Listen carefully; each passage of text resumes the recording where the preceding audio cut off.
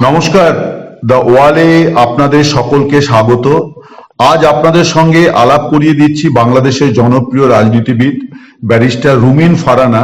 রুমিন ফারানা Bangladesh nationalist পার্টির সহ আন্তর্জাতিক বিষয়ক সম্পাদক এবং তার আরো একটি বড় পরিচয় পারিবারিক সূত্রে বাংলাদেশের অন্যতম ভাষা সৈনিক অলি আহাদের কন্যা তিনি।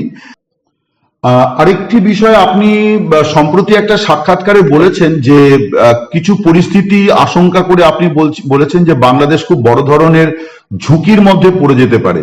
আপনি একটু যদি পরিষ্কার করেন যে ঠিক কি কি কারণে আপনি আরো ঝুঁকির কথা বলছেন। আমি ঠিক কোন বক্তব্যের প্রেক্ষাপটে বলেছিলাম যদি একটু মনে করিয়ে দিতেন আমাকে।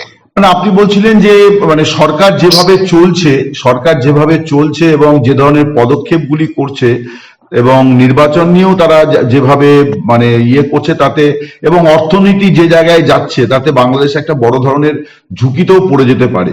মানে এই জায়গাটা কি একবার। দেখুন, আমি একটা কথা খুব পরিষ্কার বুঝি, যদি বাংলাদেশের মানুষ কি চায়, বাংলাদেশের মানুষ শান্তিতে বাস করতে চায়, বাংলাদেশের মানুষ নিরাপত্তা চায়, বাংলাদেশের মানুষ চায় তাদের প্রাত্যহিক জীবনযাত্রা যেন সহজ হয় এবং তাদের দৈনন্দিন যে জিনিসগুলো প্রয়োজন, নিত্য প্রয়োজনীয় জিনিসপত্র, সেগুলোর দাম হাতের নাগালে থাকে। এই সরকার কিন্তু প্রত্যেকটা জায়গায় চরম ভাবে ব্যর্থ হয়েছে। আইন শৃঙ্খলা পরিস্থিতি নাজুক, নাজুকের অনেকগুলো কারণ থাকতে পারে। সরকার বলছে পুলিশ এখনো অ্যাক্টিভ হচ্ছে না, সরকার বলছে পুলিশ প্রশাসন তাদের সহযোগিতা সেভাবে করছে না। এই যে সেভাবে সহযোগিতা করছে না, তাদেরকে সহযোগিতা করানোর দায়িত্ব তো সরকারে যারা আছে তাদের। তারা যদি সেটা না পারে, ডেফিনেটলি তাদেরকে তার মূল্য চুকাতে হবে। আমরা দেখতে পাচ্ছি যে একটা নন পলিটিক্যাল বা একটা অনির্বাচিত সরকারের ব্যাপারে প্রশাসন বা পুলিশ সেভাবে কোঅপারেটিভ হচ্ছে না। কিন্তু অন দি আদার হ্যান্ড, যদি একটা পলিটিক্যাল গভর্নমেন্ট থাকে, একটা নির্বাচিত সরকার থাকে, তখন পুলিশ প্রশাসন কিন্তু অন্যভাবে কাজ করবে। কারণ তারা জানে যে তারা যদি কাজ না করে, নির্বাচিত সরকারের শতভাগ ম্যান্ডেট আছে, শতভাগ ক্ষমতা আছে তাদের ব্যাপারে যে কোনো শাস্তিমূলক ব্যবস্থা নেয়ার, এবং তারা সেটি নেবে। কারণ 5 বছর পর পর তাকে ভোটের মাঠে ফিরতে হবে, ভোট চাইতে হবে। তারা যদি আইন শৃঙ্খলা পরিস্থিতি ঠিকভাবে না ম্যানেজ করতে পারে, তাহলে ভোটের মাঠে তাদেরকে চড়া মাসুল দিতে হবে। তো সে কারণেই রাজনৈতিক সরকার তাদের বিরুদ্ধে শক্ত ব্যবস্থা নেবে, এবং এসব কারণে প্রশাসন এবং পুলিশ অনেক বেশি সহযোগিতাপূর্ণ মনোভাব নিয়ে কাজ করবে। দেশে একটা স্থিতিশীলতা এবং শান্তিপূর্ণ নিরাপদ পরিবেশ বজায় থাকবে।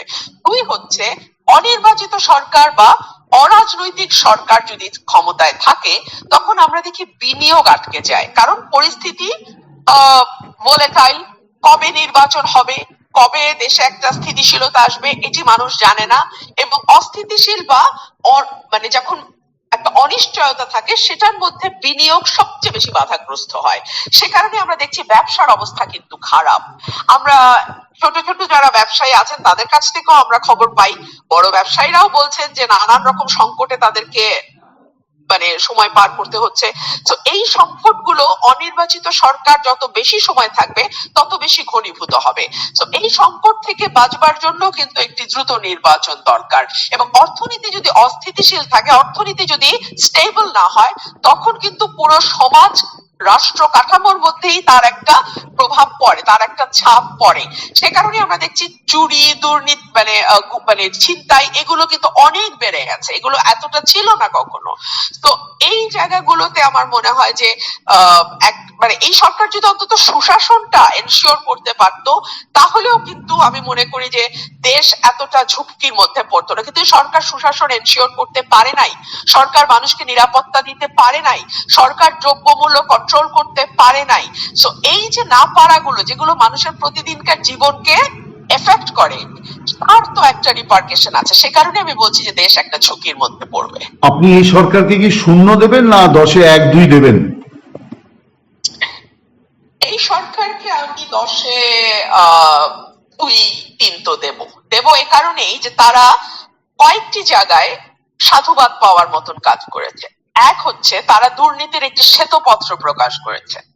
এটা 3 মাসের মধ্যে বেশ। তারা প্রকাশ করেছে এবং তার দুর্নীতির একটা মোটা দাগের চিত্র আমরা দেখতে পেয়েছি। 2 হচ্ছে বাংলাদেশের ডেটা ম্যানিপুলেশন নিয়ে আমরা অনেক কথা বলেছি, কিন্তু এক্স্যাক্টলি কোথায় কতটা ম্যানিপুলেশন হচ্ছে এটা কিন্তু আমাদের হাতে ছিল না। আমরা ধারণা করেছি যে আমাদের পূর্ববর্তী সরকার ডেটাকে ম্যানিপুলেট করে দেখায়। এই সরকার ডেটা ম্যানিপুলেশনের জায়গাটিতে মানে যেটি সত্য পরিসংখ্যান সেটিকে তুলে ধরেছে। এতে অর্থনীতির অনেক সূচকে কিন্তু বাংলাদেশ নেমে গেছে, অবনমন হয়েছে বাংলাদেশে, কিন্তু আমরা সঠিক ডেটাটা পেয়েছি। সঠিক ডেটা পাওয়াতে যেটা হয়েছে, আমরা এখন জানি যে কোন খাতে আমাদের আসলে কিভাবে সংস্কার করতে হবে, কিভাবে কাজ করতে হবে। 3 হচ্ছে ভারতের সঙ্গে চোখে চোখ রেখে এই সরকার কথা বলেছে। অতীতে আমরা একটি অতি নতজানু সরকারকে দেখেছি যারা ভারতের স্বার্থকে প্রথম এবং দেশের স্বার্থকে অনেক পেছনে রেখে কথা বলেছে। বিকজ ভারতের সাথে আগের সরকারের একটা অলিখিত চুক্তি ছিল যে তুমি আমাকে যে কোনো ভাবে ক্ষমতায় রাখো, তারপরে আমি তুমি যা চাও বা যা না চাও সেটাও আমি তোমাকে দিব। হাসিনা তো এটাও বলেছে ভারতকে আমি যা দিয়েছি সেটা ভারত সারা জীবন মনে রাখবে। তো এরকম একটি নতজানু একটা প্রদেশ হয়ে যাওয়া সরকারের পর আমরা দেখলাম নতুন একটি সরকার যে চোখে চোখ রেখে কথা বলছে, বর্ডার কিলিং এর ব্যাপারে আওয়াজ তুলছে, মানে আমাদের দ্বিপাক্ষিক যে বিষয়গুলো সেখানেও তারা শক্তভাবে অবস্থান নিয়েছে। এটা দেশের মানুষকে আনন্দিত করেছে, উৎসাহিত করেছে এবং তাদের আত্মমর্যাদা বোধ ফিরে পাওয়ার ব্যাপারে সাহায্য করেছে। ভারতের প্রসঙ্গ যখন এলো তখন বলি যে বিএনপির একটা আন্দোলন দেখছি যে ভারতীয় পণ্য বর্জন করা হচ্ছে। তো আপনারা মানে আমার প্রশ্নটা যে ধরুন আপনার ব্যক্তিগতভাবে, হ্যাঁ বলুন। কিছু শুনতে গিয়েছিল। হ্যাঁ, আমি বলছি যে বিএনপির রাজনীতিতে আমরা দেখতে পাচ্ছি যে একটা কাজ দেখতে পেলাম যে ভারতীয় পণ্য পোড়ানো এই ব্যাপারটা হচ্ছে। তো আপনার ভারতীয় পোশাক আশাক কতটা আছে এবং আপনি আপনার এই ব্যাপারে ব্যক্তিগত অবস্থানটা কি? আমার ব্যক্তিগত অবস্থান খুব পরিষ্কার। আমি মনে করি যে এই ভারতীয় পণ্য পোড়ানোর কথা যেটা আপনি বললেন সেটা ওনার ব্যক্তিগত অভিরুচি, এখানে আমার মন্তব্য নাই। তবে দলীয়ভাবে কিন্তু ভারতীয় পণ্য বর্জনের কথা এভাবে দল কখনোই বলে নাই। এটা একটি সামাজিক আন্দোলন গড়ে উঠেছিল কিছু ব্যক্তির উদ্যোগে। সেই সামাজিক আন্দোলনে অনেকেই সামিল হয়েছে, আবার অনেকেই সামিল হয়ও নাই। তো এটা আসলে যার যার ব্যক্তিগত বিষয়। আর ভারতের ব্যাপারে একটা কথা একটু পরিষ্কার করে বলতেই চাই যে বিবিসির রিপোর্ট কিন্তু আমরাও নজর রাখছি। ভারত যখন বাংলাদেশে ভিসা রেস্ট্রিকশন দিয়েছে তখন আমরা দেখছি নিউ মার্কেটে বেচা বিক্রি প্রায় বন্ধই, এবং তাদের যারা ব্যবসায়ীরা আছেন, দোকান মালিকরা আছেন, তারা কিন্তু দুঃখ করে বলছেন যে আমাদের বেচা বিক্রি অনেক কমে গেছে। ভারতে যারা চিকিৎসা নিতেন, আমাদের কিন্তু একটা বড় অংশ ভারতে চিকিৎসা নিতে এবং যথেষ্ট খরচ করেই তাদেরকে ভারতে চিকিৎসা নিতে হতো। সেখানেও কিন্তু একটা ধাক্কা ভারতে এসছে। এবং আমাদের পর্যটন খাত, ভারতের পর্যটন খাতে কিন্তু আমাদেরও দেশের মানুষ মানে যথেষ্ট কন্ট্রিবিউট করেছে, সেখানে পর্যটনে গেছে, সেখানে তারা খরচ করেছে, সেখানেও কিন্তু ভারত একটা ধাক্কা খেয়েছে। তো বিষয়টি কিন্তু মিউচুয়াল, এটা কোনো একপাক্ষিক বিষয় নয়। আপনাকে অনেক অনেক ধন্যবাদ আমাদের সঙ্গে এতক্ষণ কথা বলার জন্য। ব্যারিস্টার রুমিন ফারানা, আপনি ভালো থাকবেন এবং আপনার রাজনীতিতে আপনি সফল হন, এই শুভকামনা জানিয়ে আমরা এখন শেষ করছি। নমস্কার।